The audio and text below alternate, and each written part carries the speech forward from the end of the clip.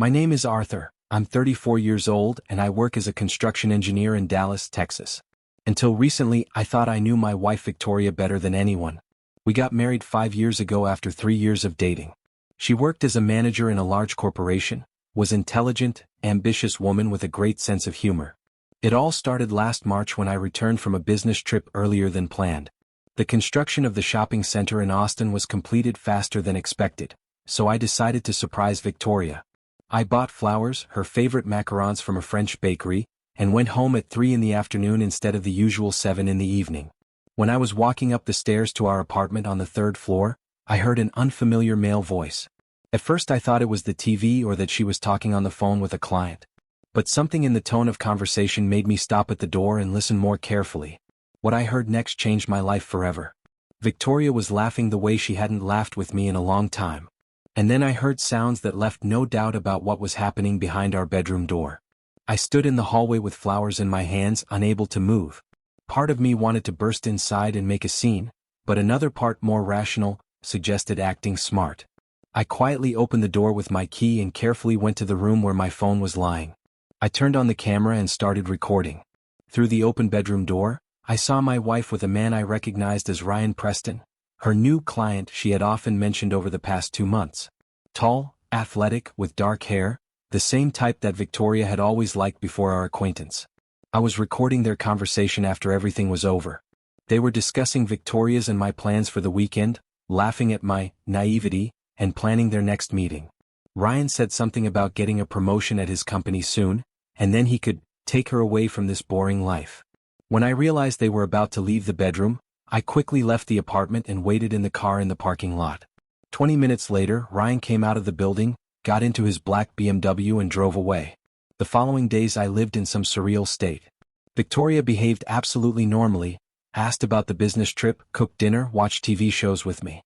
At night, when she slept next to me, I stared at the ceiling and thought about how long this had been going on and whether I really knew her. I started following her discreetly. I found out that Ryan Preston works as a vice president at a financial company called Summit Investments. They had meetings not only at our house, they met in hotels, restaurants, even went away for a weekend to San Antonio when I was on another business trip. A week later, I did something I had never done before. I hired a private investigator. Not to prove the affair, I already had evidence, but to learn more about Ryan and their plans. What I learned shocked me even more. It turned out that Ryan had been married for 10 years, had 2 children, an 8-year-old girl and a 5-year-old boy. His wife Shannon worked as a teacher at a local school. According to the investigator, Ryan had a reputation as a man who cheats on his wife but always returns to his family. This information gave me an idea. Instead of simply confronting Victoria, I decided to play the long game. First, I anonymously sent Shannon Preston photos of her husband with my wife. Not harsh shots, but just how they were holding hands near a restaurant and kissing near a hotel. I attached a short note to the photos. Your husband is cheating on you with a married woman. She doesn't know about your family either. 2 days later, Shannon called me. It turned out that she found my number through the car license plate that was visible in one of the photos. We met at a coffee shop on the other side of town. Shannon was a slim blonde with tired eyes who looked older than her 30 years. I knew something was wrong, she said, stirring her coffee. He started coming home later, constantly on his phone, even bought a new suit. Said it was for work. We talked for 2 hours. Shannon told me that she had suspected Ryan of cheating before, but he always denied it and even threatened divorce if she didn't stop the paranoia. Now she had evidence. What are you planning to do? I asked. I don't know, she replied. I have children, a mortgage, I haven't worked for the last 5 years. What about you? That's when I told her about my plan. At first Shannon seemed shocked, but then a spark appeared in her eyes that I hadn't seen throughout our entire conversation. The plan was complex but well thought out. Shannon was supposed to confront Ryan at home, show him the photos and give him an ultimatum. Either he immediately breaks up with Victoria and goes to family therapy, or she files for divorce and takes half of all the property, including his share in the business. Ryan, as we expected, chose family. He called Victoria that same night and said they needed to end their relationship.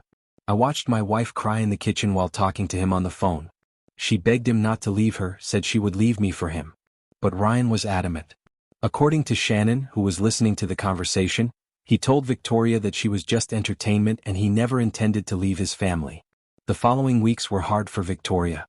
She walked around gloomy, often cried, tried to call Ryan several times but he didn't answer. I played the caring husband, asked what happened, offered help. Victoria said she had problems at work. A month later, Victoria seemed to start recovering. She began to pay attention to me again, cook my favorite food, plan romantic evenings.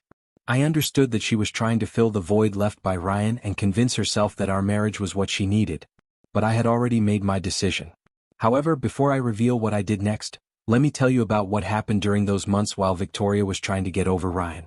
Because what I discovered during this time made my final decision even more justified. While playing the supportive husband, I continued my investigation. I wanted to understand the full extent of Victoria's betrayal. Using the private investigator's services, I learned that this wasn't Victoria's first affair. Over our 5 years of marriage, there had been at least 2 other men.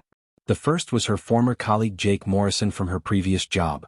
This affair lasted about 6 months and ended when Jake got transferred to another city. The second was our neighbor from the apartment building, Marcus Webb, a divorced architect who lived 2 floors below us. This relationship lasted nearly a year and ended only when Marcus started dating someone seriously. What struck me most was how systematic Victoria was about hiding these affairs. She had separate email accounts, used different messaging apps, even had a secondary phone that she kept hidden in her car. She was incredibly careful about covering her tracks, creating elaborate stories about work meetings, girls' nights out, and family obligations. But the most painful discovery was finding a journal Victoria kept hidden in her home office. In it, she wrote about her affairs with disturbing honesty. She described the thrill of deception, how she enjoyed manipulating me, and how she saw our marriage as a convenient safety net while she pursued excitement elsewhere. One entry, dated just a month before I caught her with Ryan, particularly stuck with me. Arthur is so predictable and boring. He comes home, we eat dinner, watch TV, and go to bed. Ryan makes me feel alive again. I love the risk, the secrecy, the passion. Arthur gives me stability, but Ryan gives me everything else. Why should I have to choose? I can have both. Another entry from earlier that year was even more hurtful. Arthur asked me yesterday if I was happy in our marriage. I told him I was, and he looked so relieved. If only he knew how good I'd become at lying. Sometimes I think he wants to be deceived. It's easier for him to believe everything is perfect than to face reality. Reading these entries felt like being stabbed repeatedly. The woman I had loved and trusted was not only cheating but taking pleasure in my ignorance. She saw me as weak, naive, and convenient. But these revelations also strengthened my resolve for what I planned to do. During this time, I also learned more about Ryan's other affairs. Through Shannon, I discovered that Victoria wasn't even his first married conquest. He had a pattern of seducing married women, promising them a future together, and then discarding them when the situation became too complicated or when his wife got suspicious. Shannon and I stayed in contact throughout this period. She was going through her own emotional journey, trying to decide what to do about her marriage. We became unlikely allies, both victims of our spouse's selfishness and deceit. The hardest part, Shannon told me during one of our coffee meetings, is feeling like I wasted 10 years of my life on someone who never really loved me. I keep wondering if I was ever more than just a convenient arrangement to him. I understood her pain completely. The betrayal wasn't just about the physical acts of infidelity, it was about the lies, the manipulation, the way our spouses had made us complicit in our own deception. Meanwhile, Victoria continued her attempts to repair our marriage, unaware that I knew everything. She bought me gifts, planned surprise dates, even suggested we start trying for children, something she had previously said she wasn't ready for. "I've been thinking about our future," she said one evening over dinner at an expensive restaurant she had chosen. "Maybe it's time we took the next step. I love you, Arthur, and I want us to build something lasting together." Sitting across from her, listening to these words while knowing about her journal entries and her affairs, I felt nothing but disgust. But I maintained my facade, smiled, and told her I loved her too. The most challenging part of this period was dealing with Victoria's attempts at intimacy. She became more affectionate, more sexually aggressive, trying to rekindle what she thought was a cooling marriage. Every touch felt like a violation, every kiss like a lie. But I endured it, knowing that my plan required me to maintain the illusion of normalcy. During this time, I also prepared for the legal aspects of our divorce. I documented everything: financial records, evidence of her affairs, communications with her lovers, and her journal entries. I made copies of everything and stored them in multiple secure locations. I also prepared financially.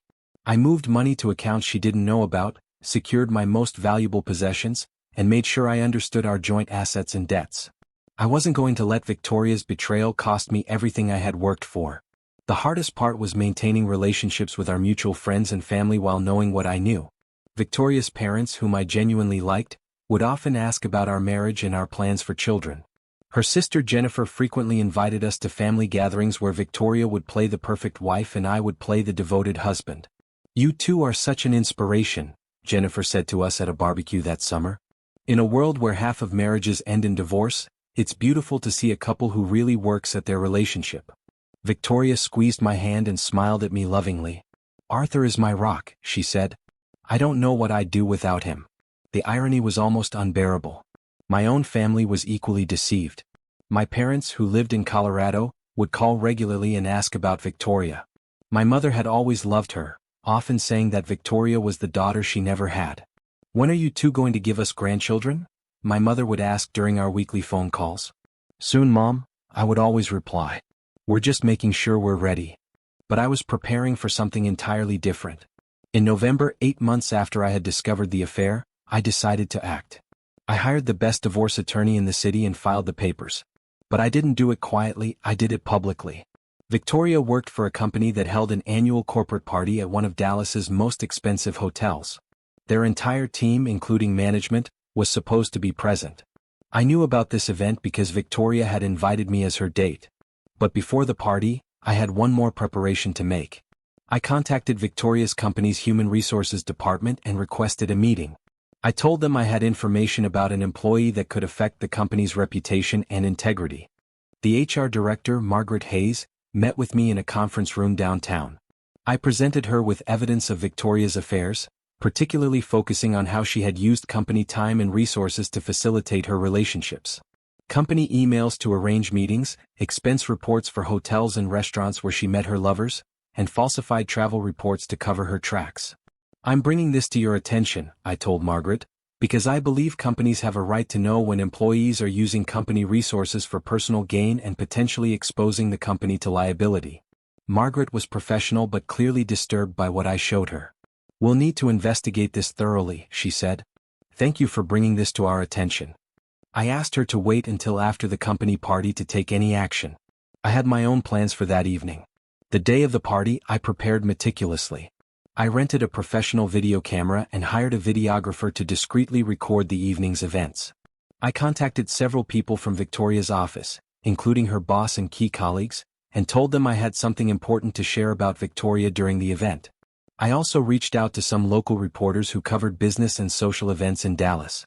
I told them there would be a story worth covering at the Fairmont Hotel that evening. When Victoria got ready for the party, she looked beautiful in a black cocktail dress I had never seen before. She spent hours on her makeup and hair, clearly wanting to look perfect for her colleagues. "How do I look?" she asked, spinning around in front of our bedroom mirror. "Beautiful," I replied, and despite everything, it was true. Victoria was genuinely attractive, which made her betrayals all the more painful. We arrived at the hotel in my car, Victoria chatting excitedly about her colleagues and the evening ahead. She had no idea that this would be the last event we would ever attend together. The party was held in the hotel's grand ballroom, with views of downtown Dallas. There were about 200 people in attendance, employees, their spouses, and some clients. Victoria introduced me to people I hadn't met, playing the role of the proud wife presenting her successful husband. During cocktail hour, I mingled with her colleagues, making small talk and learning more about Victoria's reputation at work. Most people spoke highly of her professionalism and dedication. If they only knew the truth. When dinner was served, Victoria and I sat at a table with her immediate team and their spouses. The conversation was light and pleasant, discussions about upcoming projects, vacation plans, and office gossip. Victoria was in her element, charming and engaging with everyone around her. After dinner, the formal program began. The company president gave a speech about the year's achievements, various employees were recognized for their contributions, and there was a presentation about the company's future plans. Then came the moment I had been waiting for. "Before we conclude tonight's festivities," the master of ceremonies announced, "we have someone who would like to say a few words. Arthur Chin, husband of our valued team member Victoria, has asked to address the group." Victoria looked surprised but pleased. She squeezed my hand as I stood up and walked toward the stage. The videographer I had hired positioned himself discreetly to capture everything that was about to happen. I took the microphone and looked out at the crowd of well-dressed professionals, all expecting some kind of tribute to my wife or perhaps a thank you to her company. "Good evening, everyone," I began, my voice steady despite my racing heart. "Thank you for allowing me to speak tonight. I want to talk to you about trust, integrity, and the person you think you know as Victoria Chin." Victoria's smile began to fade as she sensed something was wrong. 5 years ago, I married a woman I believed to be honest, faithful, and worthy of my love and trust. Tonight, I want to share with you who Victoria really is. The room began to quiet as people realized this wasn't going to be a typical spouse's tribute. For the past several months, Victoria has been having an affair with a married man named Ryan Preston. But this isn't her first affair during our marriage. Over the past 5 years, she has had multiple affairs with different men, including colleagues and neighbors. Gasps and murmurs began to ripple through the crowd. Victoria started to stand up, her face pale with shock and anger. I have documented evidence of these affairs: photographs, videos, text messages, and even Victoria's own journal where she writes about the thrill of deceiving me and using our marriage as a safety net while she pursues other relationships. The room was now in complete silence except for the sound of Victoria's chair scraping against the floor as she tried to rush toward the stage. But I had anticipated this and had arranged for hotel security to discreetly prevent any interruptions. But Victoria's betrayals aren't limited to our personal life.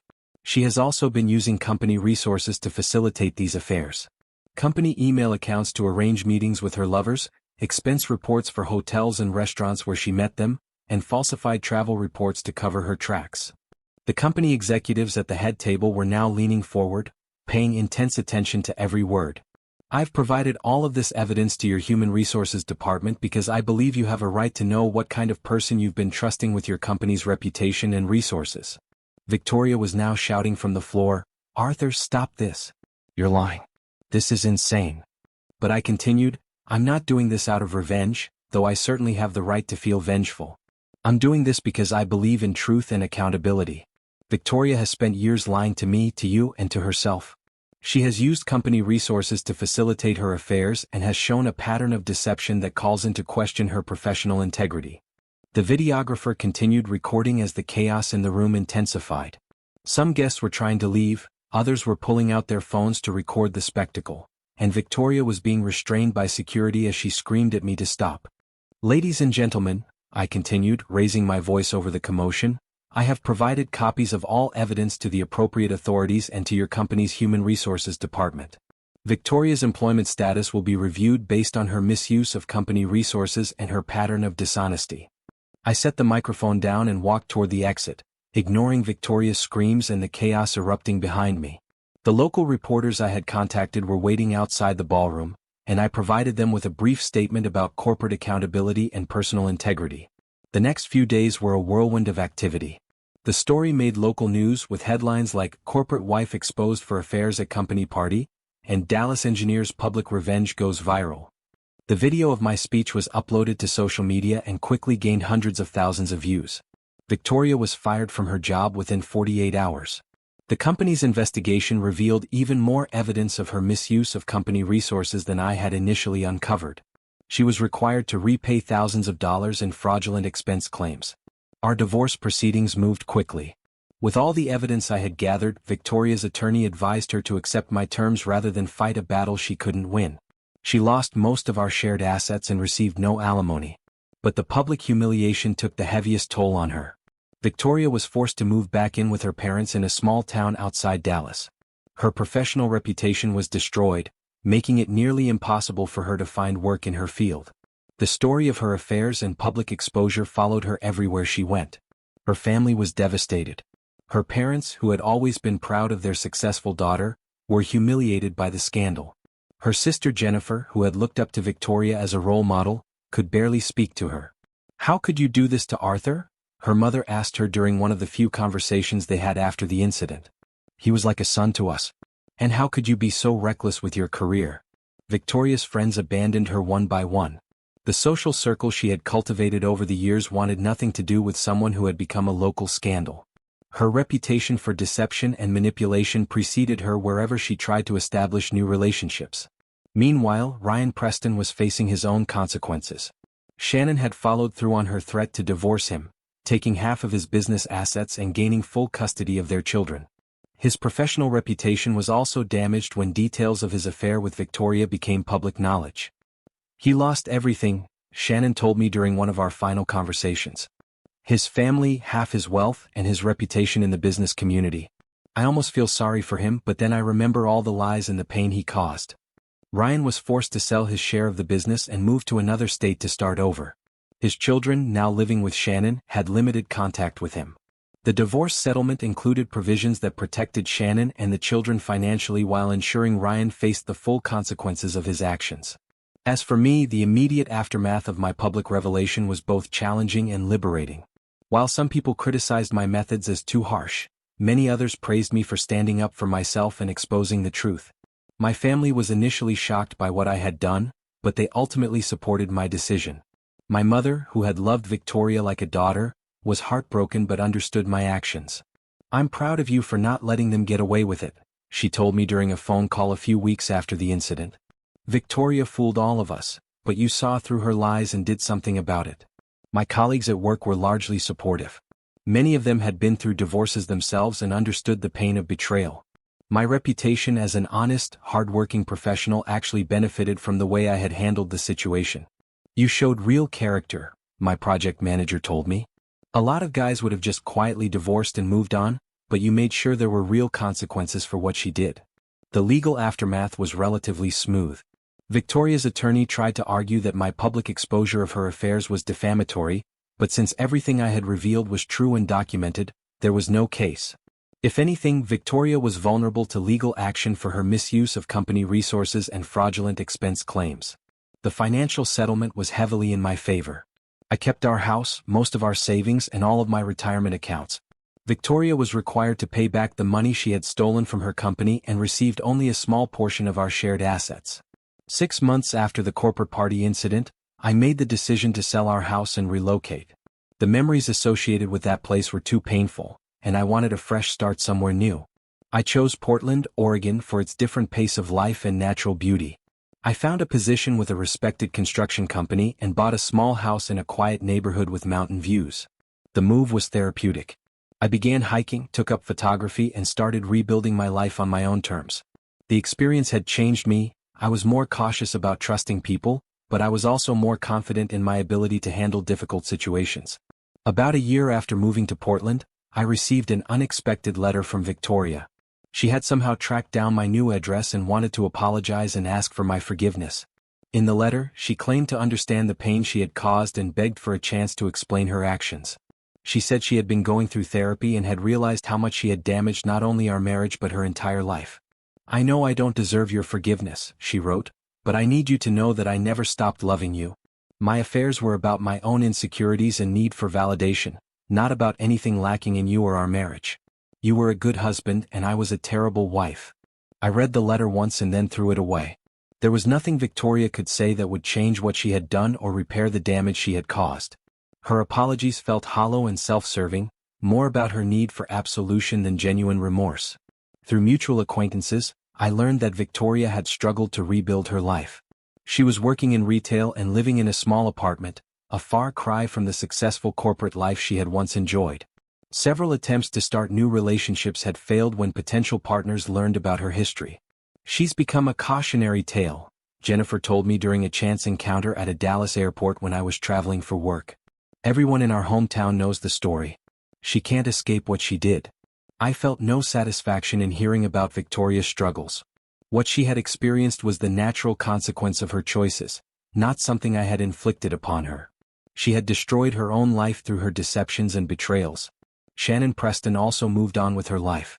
She used her divorce settlement to complete a master's degree in education and eventually became a school principal. Her children adjusted well to their new life, and Shannon eventually remarried a fellow educator who embraced her children as his own. "Arthur did us both a favor," Shannon told me during our last conversation. "If he hadn't exposed the truth, we might have gone on living lies indefinitely. It was painful, but it was necessary." 2 years after moving to Portland, I began dating again.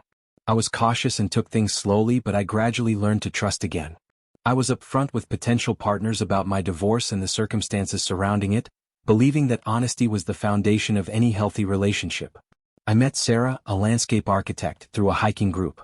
She was divorced herself and understood the complexities of starting over after a marriage ends. We took our time getting to know each other, building trust gradually through shared experiences and honest communication. "I admire how you handled your situation," she told me early in our relationship. "A lot of people would have just quietly accepted the betrayal or handled it through lawyers. You made sure there were real consequences." Sarah and I have been together for over a year now, and while we're not rushing into anything, our relationship is built on the kind of honesty and transparency that was missing from my marriage with Victoria. Looking back on everything that happened, I have no regrets about how I handled Victoria's betrayal. Some people might argue that public humiliation was excessive, but I believe that serious betrayals deserve serious consequences. Victoria didn't just cheat on me once in a moment of weakness, she carried on multiple affairs over years, used our marriage as a cover for her deceptions, and even used her employer's resources to facilitate her relationships.